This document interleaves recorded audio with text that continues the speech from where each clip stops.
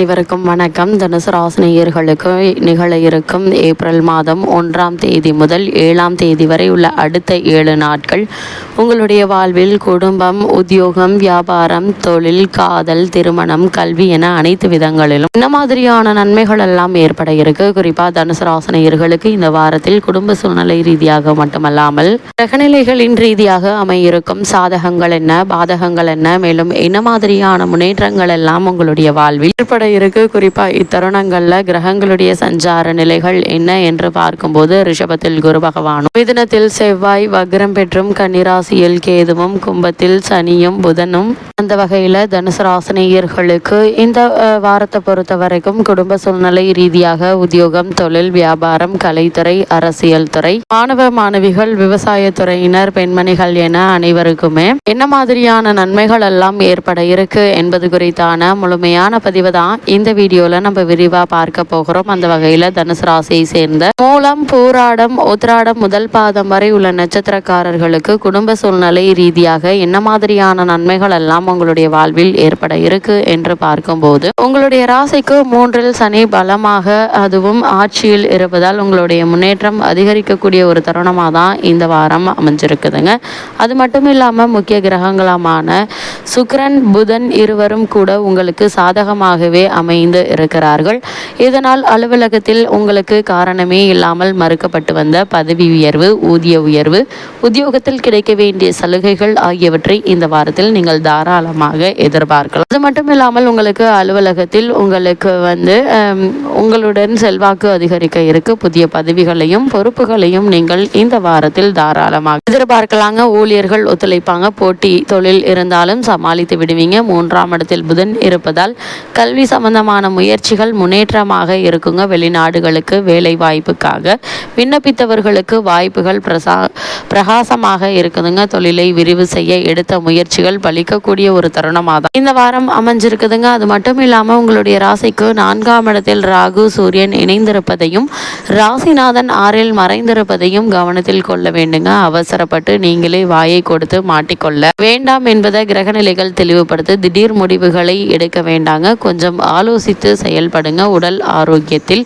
கவனமாக இருப்பது நல்லது. சிறு உடல் உபாதை என்றாலும் கூட உடனே மருத்துவரிடம் அணுகி அதற்கான சிகிச்சை எடுத்துக்கொள்வது நல்லதுங்க. குடும்ப உறவுகளை சுமூகமாக பேணுங்க. இல்லையில் கணவன் மனைவி உறவுகள் பாதிப்படையும். அது மாதிரியான நேரங்களில் ஒருவருக்கொருவர் விட்டு கொடுத்து அனுசரித்து நடந்து கொள்வது நல்லது என்பதை கிரகநிலைகள் அறிவுறுத்துதுங்க. அதே போல் மன கஷ்டத்தை தரும் உறவுகள் இடத்தில் நல்லிணக்கத்தை பேணுவது மிக மிக நல்லது என்பதை கிரகநிலைகள் மீண்டும் மீண்டும் அறிவுறுத்துது. அதே போல் தனுசு ராசினியர்களை பொறுத்த வரைக்கும் இந்த வாரம் முழுவதுமே முக்கிய கிரகங்களான சுக்கிரன், சனி மற்றும் புதன் ஆகியோர் அனுகூலமாக சஞ்சரிக்கிறாங்க. மற்ற கிரகங்களுடைய சஞ்சார நிலைகள் உங்களுக்கு அவ்வளவு சாதகமாக இல்லைங்க. வரவும் செலவும் சமமாக இருக்குங்க. இந்த வாரத்தினுடைய கடைசியில் பண நெருக்கடி ஏற்படுவதற்கான வாய்ப்புகள் இருக்கு. கூடுமான வரையில் திட்டமிட்டு சிக்கனமாக செலவு செய்வது நன்மை தருங்க. குரு பகவான் அனுகூலமாக இல்லாததால் திருமண முயற்சிகளில் குழப்பமும் இழுபறி நிலையும் நீடிக்குங்க. உங்களுடைய ராசிக்கு அர்த்தாஷ்டக ராசியில் சூரியன், ராகு சேர்ந்திருப்பதால உடல் ஆரோக்கியம் பாதிக்கப்படக்கூடும். சிறு விஷயங்களுக்கு கூட அதிக அலைச்சலும் உழைப்பும் தேவைப்படக்கூடிய ஒரு வாரமாக தான் இந்த வாரம் அமைஞ்சிருக்குது. அதே போல் உங்களுடைய ராசிக்கு ருணரோக சத்துருஸ்தானத்தில் ராசிநாதனாகிய குரு பகவான் சஞ்சரிப்பதால் குடும்பத்தில் ஒற்றுமை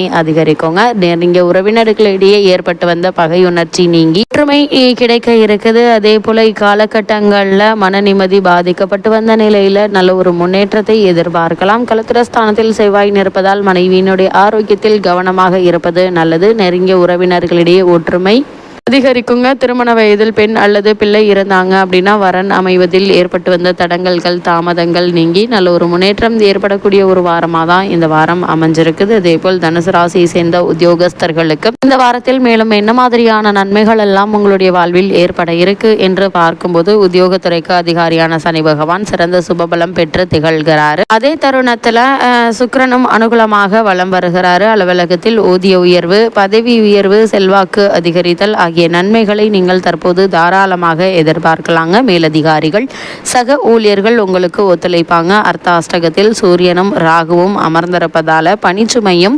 பொறுப்புகளும் சக்திக்கு மீறியதாக இருக்குங்க. ஊழியர்களுக்கு சற்று சிரமமான ஒரு வாரம் என்றுதாங்க சொல்ல வேண்டும். அது மட்டும் இல்லாமல் முக்கிய கிரகங்களான சூரியன் மற்றும் ராகுவினுடைய நிலை இதை எடுத்துக்காட்டுது. ஜீவனஸ்தானத்தில் கேது அமர்ந்திருப்பது பொறுப்புகள் அதிகமாக இருக்கும் என்பதையும், அலுவலக கடமைகள் சம்பந்தமாக வெளியூர் பயணங்களும் அலைச்சலும் அதிகமாக இருக்கும் என்பதையும் எடுத்துக்காட்டுதுங்க. அதே போல் தனுசு ராசியை சேர்ந்த தொழில் மற்றும் வியாபாரம் செய்பவர்களுக்கு மேலும் என்ன மாதிரியான நன்மைகள் உங்களுடைய வாழ்வில் ஏற்பட இருக்கு என்று பார்க்கும்போது, சந்தை நிலவரம் சற்று கடினமாக இருக்கக்கூடும் என்பது அர்த்தாஷ்டக ராசியில் சஞ்சரிக்கும் சூரியன் ராகுவினுடைய நிலை, அதே போல் ரூணரோக சத்ருஸ்தானத்தில் குரு பகவானுடைய நிலையும் எடுத்துக்காட்டுது. தொழில் ஸ்தானத்தில் கேது இருப்பதும் எடுத்துக்காட்டுதுங்க. நியாயமற்ற போட்டிகள் அதிகமாக இருக்குங்க. உங்களுடைய பொருட்களுக்கு சந்தையில் எதிர்பார்த்திருந்த விலை கிடைப்பது சற்று கடினம் தாங்க. குருவினுடைய நிலையினால வங்கி மற்றும் நிதி நிறுவனங்களும் ஒத்துழைக்க மறுப்பாங்க. கூட்டாளிகளும் பிரச்சனைகளை ஏற்படுத்தக்கூடும் என ராகு, சூரியன் மற்றும் குரு ஆகியோருடைய சஞ்சார நிலைகள் குறிப்பிட்டு காட்டுதுங்க. இக்காலகட்டங்களில் நீங்கள் அதிக கவனமாகவும் எச்சரிக்கையாகவும் இருப்பது அவசியம் என்பதை கிரக நிலைகள் மீண்டும் மீண்டும் அறிவுறுத்துது. தனுசு ராசியை சேர்ந்த கலைத்துறையினருக்கு இந்த வாரத்தில் மேலும் என்ன மாதிரியான நன்மைகள் எல்லாம் ஏற்பட இருக்கு என்று பார்க்கும்போது, கலைத்துறைக்கு அதிபதியான சுக்கிரன் அனுகூலமாக சஞ்சரிக்கிறார். வருமானத்திற்கு அதிகாரியான சனி பகவான் சுபபலம் பெற்று சாதகமாக நிலை கொண்டிருக்கிறாருங்க. இதனால் நல்ல வாய்ப்புகள்